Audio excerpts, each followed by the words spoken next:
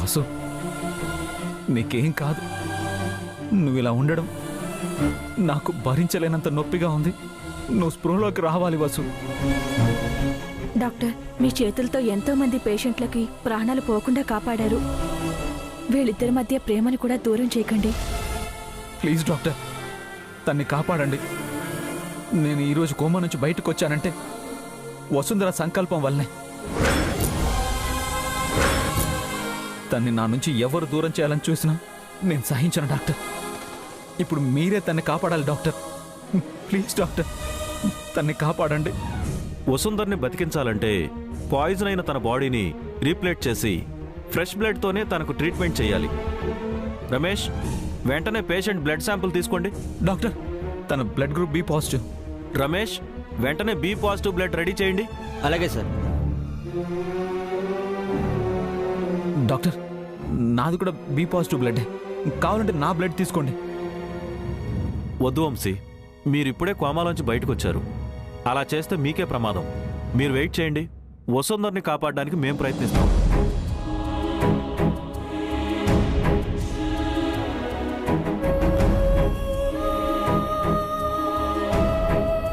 Sir, అన్ని బ్రాంచెస్లో కనుక్కున్నాం. B positive blood stock లేదండి sir. B positive blood లేకపోతే వసుంధర్కి ట్రీట్మెంట్ చేయడం ఎలా? ఆ బ్లడ్ దొరకకపోతే నా బ్లడ్ యూజ్ చేసుకోండి డాక్టర్.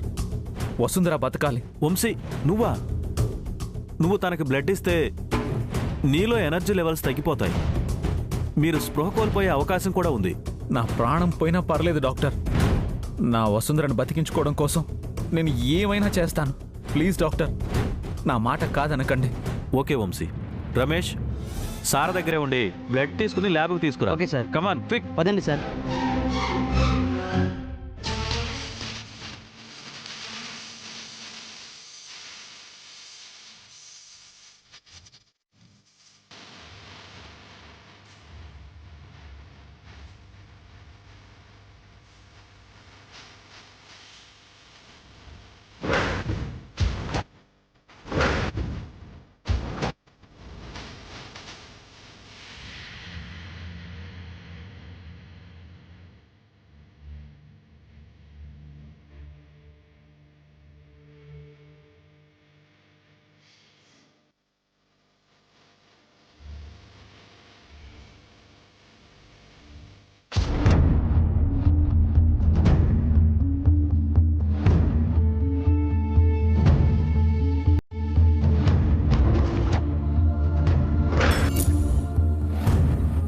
యాక్సిడెంట్లో ముఖానికి గాయాలు తగిలి నువ్వు రూపం మార్చుకుని ఇంటికొచ్చాక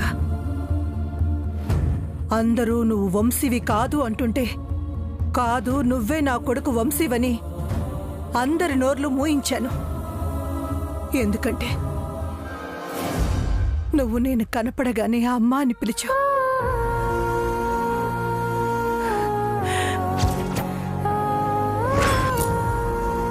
నువ్వే వంశీవని నమ్మి నేను తప్పు చేశాను. నన్నే నమ్ముకున్న వసుంధర్ని మోసం చేశాను. నువ్వు వంశీవి కాదు. రూపం మార్పుతోనే వసుంధరతో పాత స్నేహాన్ని మర్చిపోయి మారిపోయి మీ అమ్మను వసుంధరిని చిత్రవత్ చేయడానికి వచ్చిన వంశీవి. నువ్విక్కడ బాగానే ఉన్నావు. ఆ పిచ్చి వసుంధర ఎలా ఉందో ఏమైపోయిందో. నువ్వు చేసిన ఈ పాపాన్ని తెలుసుకుని కుప్ప కూలిపోయి గుండె పగిలేలా ఏడుస్తూ ఉండుంటుంది.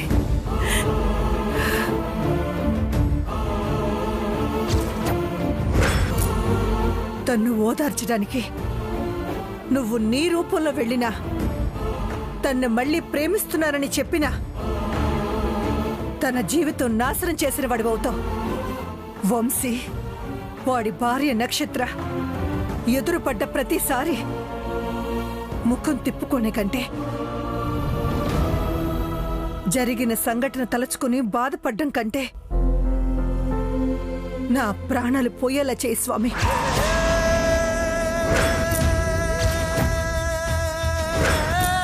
వసుంధర ఎక్కడున్నా క్షేమంగా ఉండాలి. మళ్ళీ వంశీని కలవాలని తను కోరుకోకూడదు.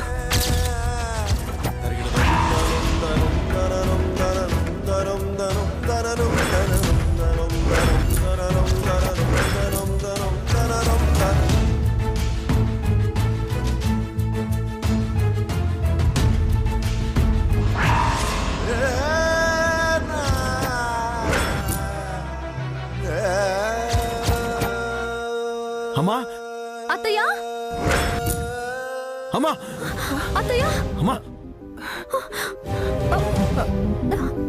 అత్తయ్య ఏంటమ్మా ఇది? చూసావా కొంతలో ఎంత ప్రమాదం తప్పిందో? ఎందుకమ్మా ఇలా ఒంటరిగా ఉన్నావు? నీకేమన్నా అయితే? చావు తప్పి ఇంకొన్నాళ్ళు భ్రష్టు పట్టి తిరుగుతున్న మనుషులను చూస్తూ బ్రతకాల ఆనంద్. అలా బ్రతకటం నాకు ఇష్టం లేదు. అందుకే ఆ దేవుడే నన్ను తుడిచిపెట్టేయాలని చూశాడు. ఏంటత్తయ్య మాటలు? ఇప్పుడేం జరిగిపోయిందని? అందరూ సంతోషంగా క్షేమంగానే ఉన్నారు కదా? అంటే మీరు సంతోషంగా ఉన్నారంటే నక్షత్ర వంశీల వైపే ఉన్నారన్నమాట. ఏం జరిగిపోయిందని అడుగుతున్నారంటే వసుంధర దూరం అయిపోవటం మీకు సంతోషాన్ని కలిగిస్తుందన్నమాట. చాలమ్మా, ఇది చాలు. ఏడ్చి అలసిపోతున్న నాకు కడుపు నిండిపోతుంది. అమ్మా ఇంకా జరిగిపోయిన దాని గురించి తలుచుకుని బాధపడుకో. మన ఇంటి పరువు మర్యాదలు పోకూడదనే అన్నయ్య అలా చేశాడు. ఆ స్థానంలో వేరే ఎవరున్నా అలాగే చేయాలమ్మా. ఆ స్థానంలో వసుంధరని ప్రేమించిన మనిషే ఉంటే అలా చేస్తాడా ఆనంద్? వసుంధర దూరం అయిపోవడంతోనే మన పరువు ప్రతిష్టలు పోయాయి. అక్క ఎక్కడికి వెళ్ళిందో తెలియదు. తనెప్పుడు ఎదురు పడుతుందో కూడా తెలియదు. తన కోసం ఎదురు చూస్తూ ఇలాగే ఉంటారు అత్తయ్య? తన కోసం నేనొక్కదాన్నైనా ఎదురు చూస్తూ నాలో ఉన్న మానవత్వాన్ని నిరూపించుకుంటారమ్మా. అమ్మా ఇక్కడే ఉంటే జరిగినవన్నీ గుర్తొస్తుంటాయి. పదమ్మా అలా బయటికి వెళ్దాం. వద్దానే, నేనిక్కడే ఉంటాను. అత్తయ్య మీరు బయటకు వస్తే మీకు కొంచెం ఊరటగా ఉంటుంది. రండి అత్తయ్య. నేను ఈ గదిలో ఉన్నా వంశీ మీద ప్రతీకార జ్వాలతో రగిలిపోన లేఖ్య నేను మళ్ళీ మామూలు మనిషినై వసుంధరని వెతుక్కుంటూ వెళ్ళాలంటే ఈ నిశ్శబ్దమే నాకు తోడుగా ఉండాలి. మీరు వెళ్ళండి. అది కాదమ్మా, నువ్విలా ఒంటరిగా గదిలో ఉన్నావని అన్నయ్యకి తెలిస్తే తను బాధపడతాడు. ఆనంద్, వంశీ నా మాటను నన్ను ఎప్పుడో మర్చిపోయాడు. కన్న కొడుకు కదా, నేనే క్షమించాలి. మీరు వెళ్ళండి.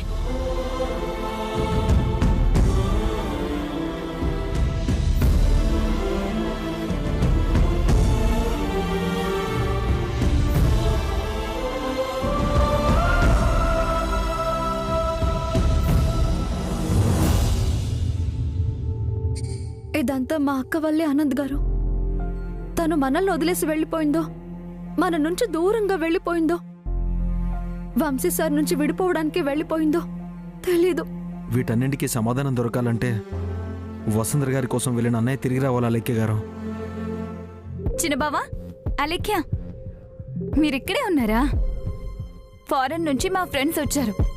పెళ్లిలో మీ పేరు చూసి ఫిదా అయ్యారంట. ఒకసారి మిమ్మల్ని కలుస్తామన్నారు. రండి, పరిచయం చేస్తాను.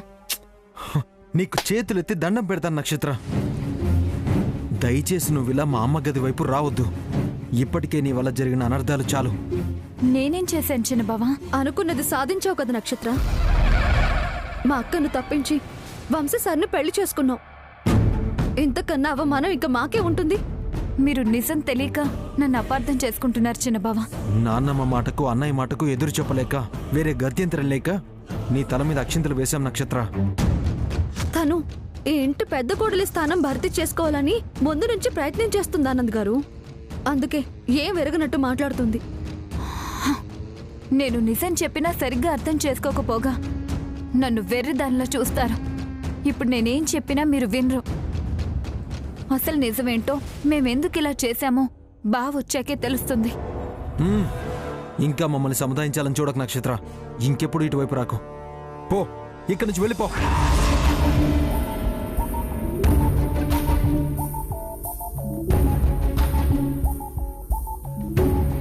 ఆనంద్ గారు, మనం ఎంత చెప్పినా అత్తయ్య గారు బయటికి రారు. అత్తయ్య గారు మామూలు స్థితికి రావాలంటే వంశీ సార్ వసుంధరక్క ఇంటికి రావాలి. ఫోన్ చేయండి ఆనంద్ గారు.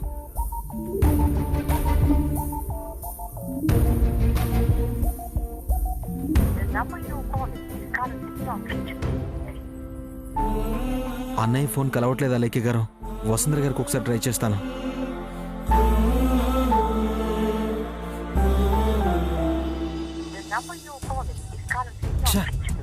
ఏమైంది ఆనంద్ గారు? ఇద్దరి ఫోన్లు రీచ్ అవ్వట్లేదు. వాళ్ళు ఎక్కడున్నారో ఏంటో. పదండి, వాళ్ళని వెతకడానికి ఏదైనా ఆలోచిద్దాం. పదండి.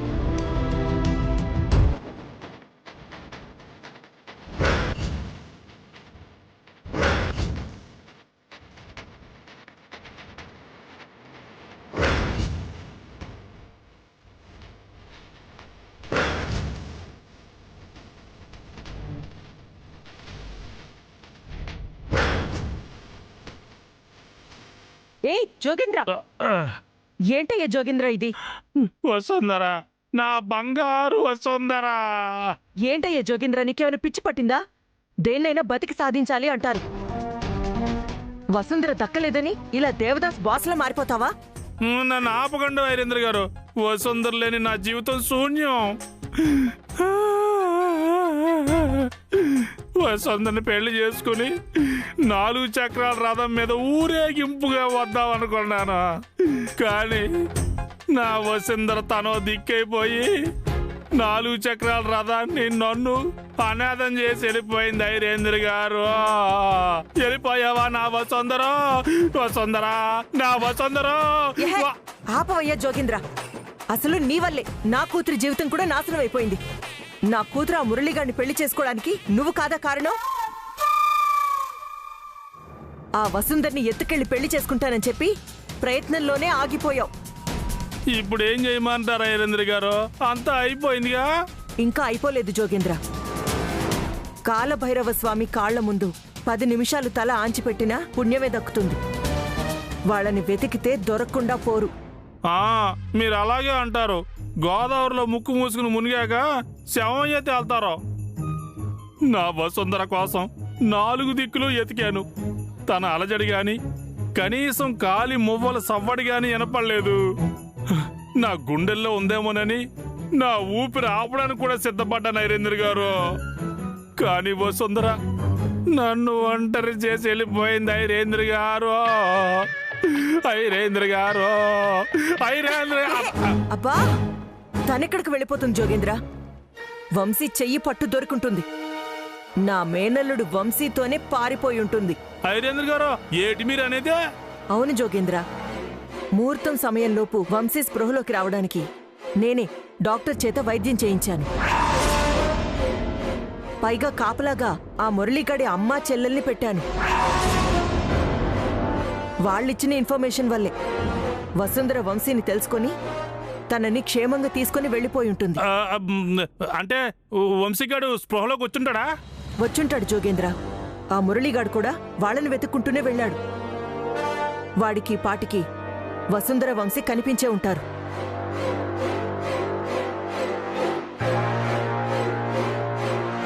ఏంటి అంతలా ఆలోచిస్తున్నావు? వాళ్ళ నుంచి నా వసుంధరను ఎలా దగ్గర చేసుకోవాలని ఆలోచిస్తున్నాను ఐరేంద్ర గారు. అంత ఆలోచించక్కర్లేదు జోగేంద్ర. ఆ మురళీగాడి అమ్మ చెల్లెల్ని పట్టుకుంటే మురళి, వసుంధర, వంశీ ఎక్కడున్నా బయటపడతారు. చాలా సంతోషం ఐరేంద్ర గారు. ఈ విషయంలో నేను ఇంకేమీ చేయలేను అనుకున్నా. అవిటి వాడిని అయిపోయి అమ్మా ₹1 ధర్మం చేయండి తల్లు అని అడుగుతుంటానేమో అనుకున్నా. ఆ దేవుడు నా వసుంధరని తిరిగి తెచ్చుకోవడం కోసమే నన్ను ఎలా ఉండరించినట్టున్నాడు. అయితే పద జోగేంద్ర. ఓకే.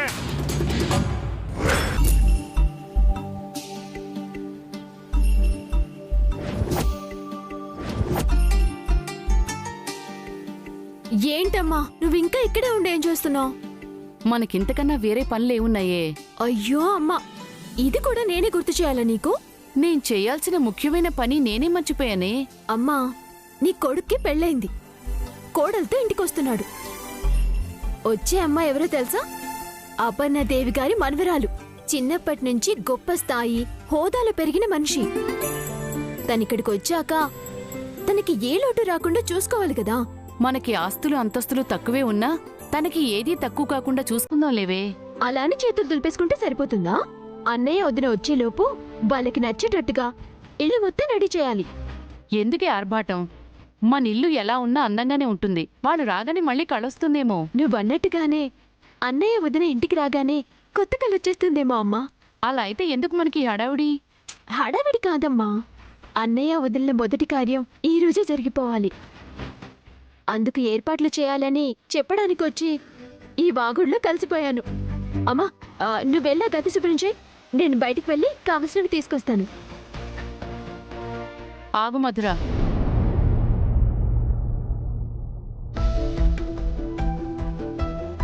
మనం ఐరేంద్రి గారికి అపర్ణదేవి గారికి ఒక మాటైనా చెప్పకుండా ఇలా జరిపించడం కరెక్ట్ కాదమ్మా. నా మాట విను.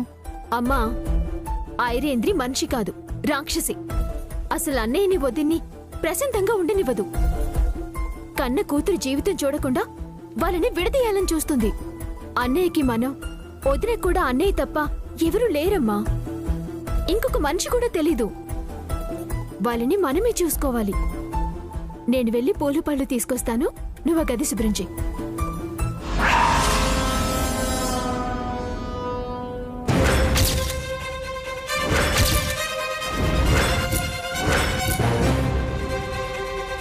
ఏంటే మధుర, మంచి జోరు మీద ఉన్నట్టున్నారు. అసలు ఎందుకు వచ్చారో చెప్పండి. ఏ మధుర, ఏంటే మాటలు పెద్దవాళ్ళని పట్టుకుని? అమ్మా, నీకు తెలియదు, నువ్వు ఊరుకో. మీరెందుకొచ్చారో చెప్పనప్పుడు నేను కూడా అడగను. అడ్డులేవండి, నేను వెళ్ళాలి. ఏయ్, ఎక్కడికే వెళ్తున్నావు? ఈ రోజు మా అన్నయ్య వదిలేలా మొదటి కార్యం జరిపించబోతున్నాం. ఆ ఏర్పాట్లకు కావలసినవన్నీ తీసుకురావడానికి వెళ్తున్నా. నేను మిమ్మల్ని కిడ్నాప్ చేయించి బంధించినా మీకు కొంచెం కూడా భయం లేదు. జోగేంద్ర,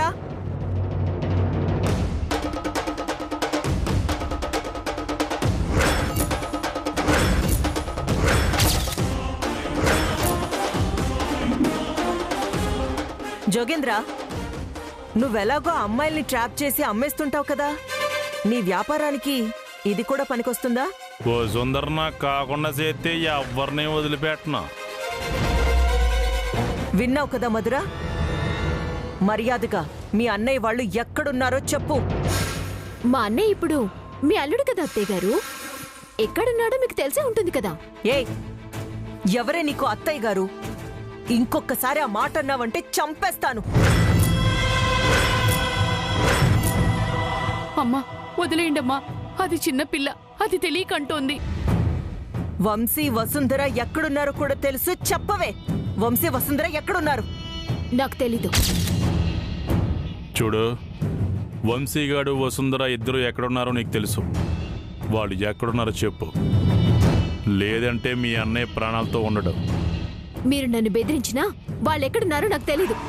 ఒసేయ్, నువ్వు మీ అన్నయ్య నాటకాలు ఆడుతున్నారని నాకు బాగా తెలిసే. చెప్పు, మీ అన్నయ్య ఎక్కడున్నాడో చెప్పు.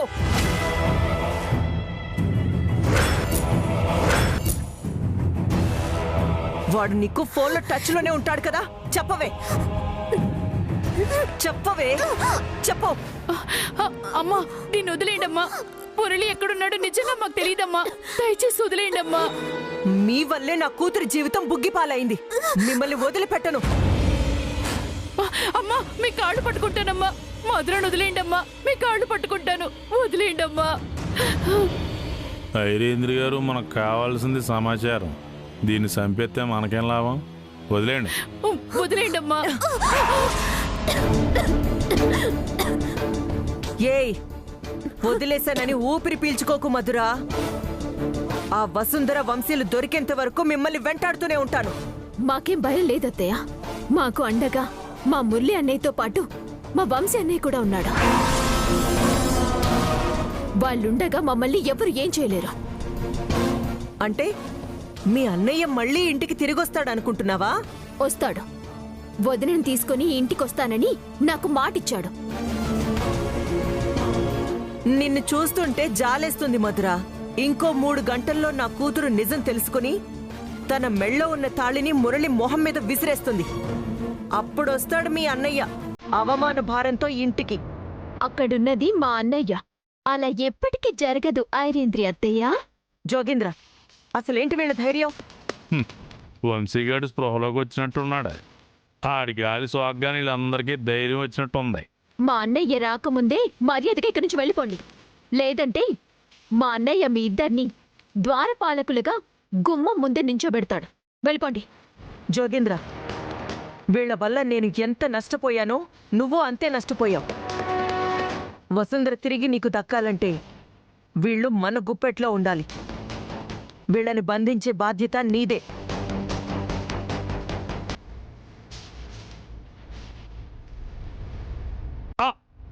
నమస్కారం అమ్మా. నా పేరు జోగేంద్ర. నేను పెద్ద ఎదవనని ఊళ్ళో అందరూ చెప్తూ ఉంటారు. నేను వసుంధరను ప్రేమించానని నేను అందరికీ చెప్తూ ఉంటాను.